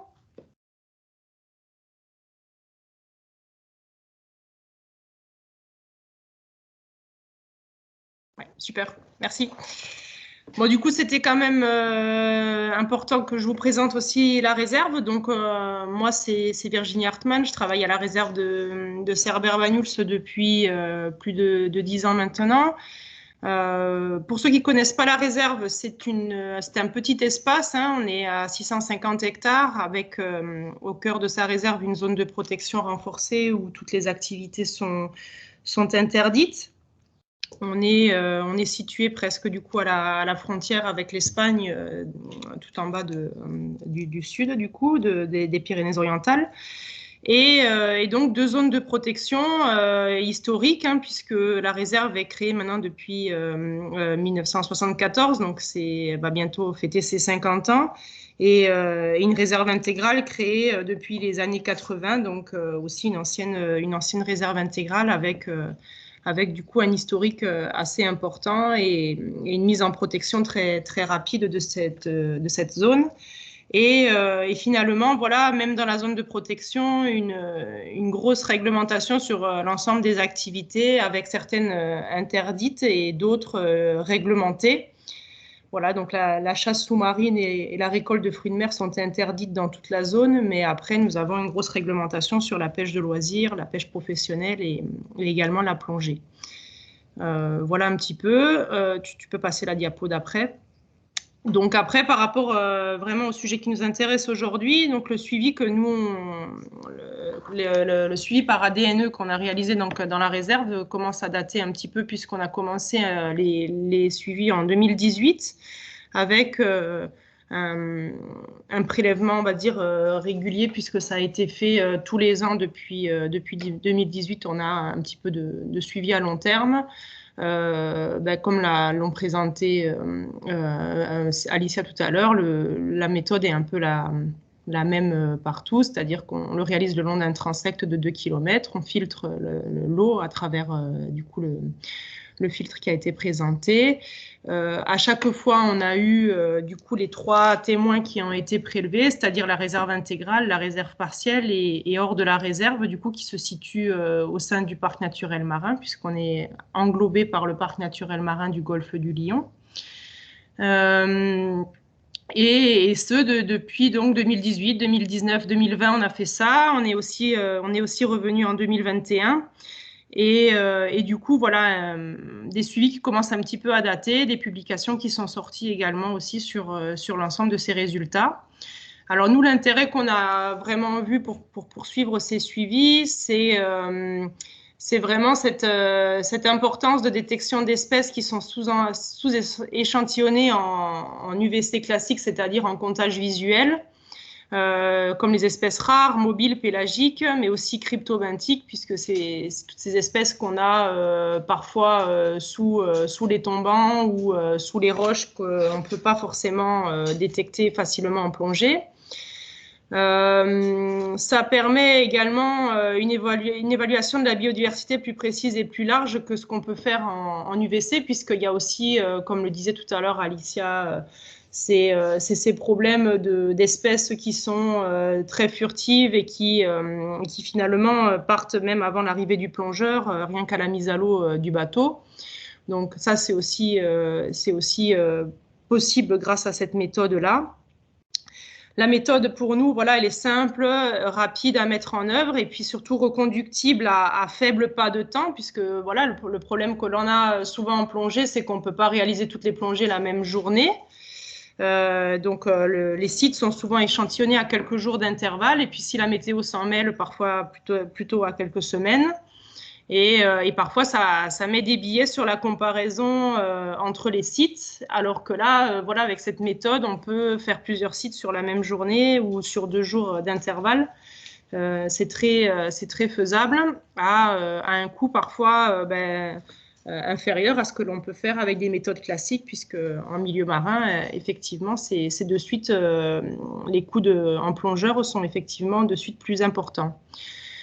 Les inconvénients que nous, on a soulevés, c'est que souvent l'effet de la réserve, l'effet bénéfique des réserves sont un peu biaisés et moins mis en avant puisqu'on n'a pas le quantitatif, on n'a pas les aspects taille des poissons également qui sont répertoriés dans ce genre de suivi. Sur les méthodes qui ont été, sur les dernières études qui ont été réalisées, il y a environ 11 indicateurs qui sont testés pour montrer l'effet de la protection. Et là, il y a seulement 3 indicateurs qui se révèlent positifs au niveau de la réserve. Voilà, donc après, c'est vrai que même sur des espèces patrimoniales, elles sont détectées, mais finalement, elles sont aussi détectées en dehors de la réserve, alors que leur présence est nettement supérieure au cœur de la réserve. Et c'est vrai que parfois, sur les effets de réserve, c'est un peu difficile à confronter cette étude et à le présenter à certains usagers qui voient justement la porte d'entrée en disant que finalement la réserve n'a pas le même effet que ce qu'on veut essayer de montrer. Et après, toutes les espèces ne peuvent pas forcément être identifiées puisque voilà, il manque ces fameux barcodes qui ne sont pas encore été échantillonnés. Alors après, au niveau des poissons, ça fonctionne assez bien. On a quand même une bonne banque de données. Après, nous, c'est plus au niveau, quand on réalise des inventaires sur les invertébrés, où là, on va moins jusqu'à l'espèce. On reste à une échelle un peu taxonomique un peu plus large. Et d'où cet intérêt aussi du coup de continuer les comptages visuels. C'est vraiment une méthode qui est un complément. Après, par rapport aux espèces rares, Alicia m'avait demandé aussi de vous préciser un petit peu ce que ça nous a, les différences entre le comptage visuel et la DNE, ce que ça nous a apporté. Alors c'est vrai que le comptage visuel, c'est vraiment sur cet aspect effet de réserve qui nous donne l'idée de continuer à poursuivre effectivement les comptages visuels sur tous ces indicateurs de taille, de densité et de présence d'espèces patrimoniales. Après, en termes d'espèces rares, ça nous a donné l'opportunité de montrer que dans notre réserve, on avait des présences d'espèces rares à des échelles que l'on n'imaginait pas, notamment sur des espèces de raies ou de requins que l'on ne voit jamais finalement en plongée et qui sont bien présentes dans notre réserve. Ça a donné justement des curseurs où on pensait que c'était d'autres endroits de la Méditerranée qui étaient finalement riches en ces présences d'espèces rares et on est à peu près à des niveaux équivalents à Banyuls. Donc, c'est aussi ces méthodes, cette méthode, c'est aussi ce qui nous donne l'envie du coup de poursuivre dans la DNE. Et tu peux continuer. Et du coup, ce qui a aussi donné l'envie du coup de s'impliquer dans le réseau Vigilife. Juste avant de passer à Vigilife, on a eu d'autres applications aussi par rapport au métabarcoding. L'année dernière, on a commencé à mettre à jour un petit peu l'inventaire de la réserve qui n'avait pas été vraiment refait depuis de nombreuses années, notamment sur l'habitat du coralligène. C'est un habitat qui avait été très largement échantillonné autour des années 65. Du coup, depuis, de la taxonomie n'avait pas forcément été réalisée là-dessus. Et on a commencé à faire un gros échantillonnage l'année dernière. Et une grosse partie des échantillons sur chacun des sites a été quantifié par métabarcoding et ça a permis effectivement de conforter nos recherches et nos échantillonnages qu'on a pu faire. Après, voilà, le biais, il est là, c'est qu'en termes d'invertébrés, il manque encore également beaucoup de gènes codes qui ont été barcodés. On n'a pas trop d'éléments là-dessus et du coup, on reste quand même assez haut au niveau taxonomique. Mais ça a permis quand même d'avoir un certain nombre d'espèces qui ont été inventoriées de cette manière-là et surtout de comparer plusieurs sites et plusieurs profondeurs en même temps. Par la suite, du coup, voilà, notre implication dans Vigilife va commencer cette année avec une implication pour au moins 10 ans dans ce programme-là. On a sélectionné plus de sites que ce qu'on faisait historiquement. Pourquoi? Parce que, pour certains le savent déjà, mais on est dans un processus d'extension de la réserve sur au moins le double de superficie qu'on a actuellement.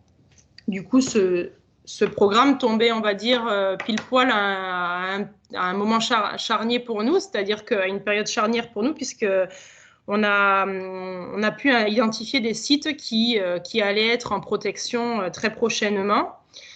Notamment des zones de protection renforcée qui vont très certainement l'être dans les 3-4 années à venir quand l'application de l'extension va être actée. Et du coup, il y a un suivi qui va vraiment être là à l'état zéro de ces réserves intégrales. Du coup, quelques années sans encore le statut de protection et quelques années encore après sur le statut de protection qui va démarrer. Et le suivi, du coup, à long terme, on est beaucoup sur des suivis à long terme à la réserve. Alors, c'est pas forcément ce qui plaît le plus au niveau national, mais nous, on est resté vraiment sur cette démarche-là, puisque c'est notre cheval de bataille. On se bat sur ces suivis à long terme. On trouve que c'est nécessaire de les poursuivre. Et surtout, ce programme-là va nous permettre d'intégrer l'aspect saisonnier, puisque pour l'instant, les suivis ADNE que l'on a fait, c'était surtout printemps-été. Et là, on va installer aussi un prélèvement en pleine période hivernale. Et forcément, c'est là aussi où on sera très intéressant d'obtenir les résultats, puisque ce n'est pas forcément des moments où on va aussi régulièrement dans l'eau. Et on va vraiment voir l'intérêt de cette méthode à ces moments précis où on peut forcément moins aller dans le milieu, quoi. Voilà.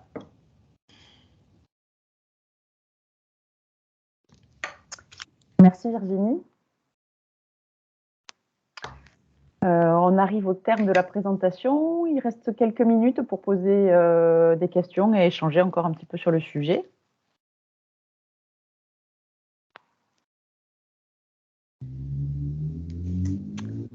Jérôme ? Oui, bonjour, Jérôme Daou du Conservatoire botanique Pyrénées-Midi-Pyrénées. Voilà, c'est pour savoir en termes d'amorces liées éventuellement à la flore ou aux algues, où est-ce qu'on en est dessus? Est-ce que c'est aussi avancé qu'au niveau de la faune? Voilà, quelques éléments sur ces aspects-là, s'il vous plaît. Alors Alice, tu pourras compléter pour le marin que je ne connais pas du tout, mais donc il existe des amorces flore. Par contre, nous, on rechigne un peu à faire de l'ADNE de flore parce qu'on est beaucoup pollué par le transport de pollen. Donc, on peut faire des choses, mais il faut vraiment regarder au cas par cas parce que le pollen, c'est un vrai cauchemar en fait. Si on veut travailler, on nous avait demandé de travailler sur des algues en rivière. Et en fait, on a tellement de pollen des arbres qui se retrouvent autour de la ripisylve dans la rivière que ça nous prend toute la place. Donc, en détection, on est mauvais. Et puis après, il y a les problèmes des bases de REF. Je suis un très mauvais botaniste, mais je crois que c'est plus compliqué quand même, globalement, la génétique des plantes que la génétique des animaux. Je ne sais pas, Alice, si tu as quelque chose à ajouter. Au niveau marin, alors nous, on n'a jamais travaillé sur les algues avec l'ADNE.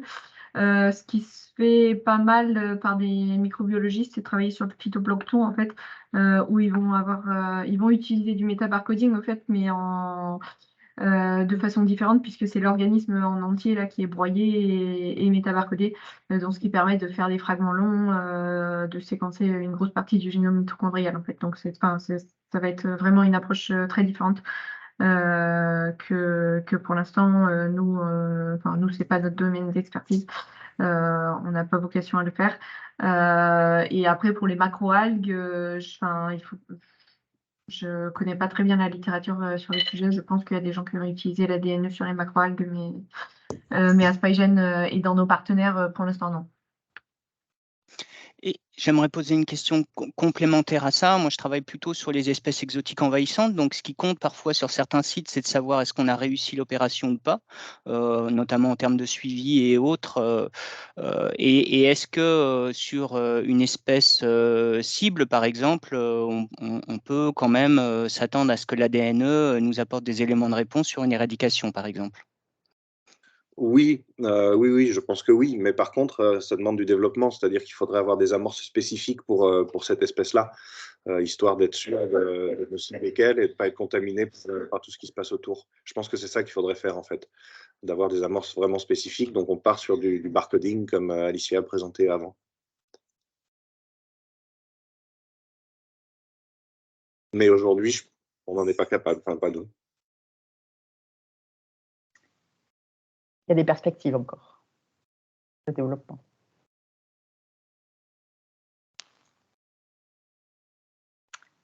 Merci.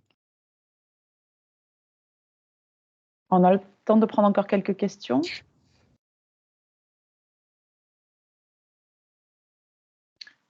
Il semblerait que vous ayez déjà répondu à toutes les questions que pouvaient se poser les participants. Hein, donc, parfait, l'objectif est atteint. Merci à vous.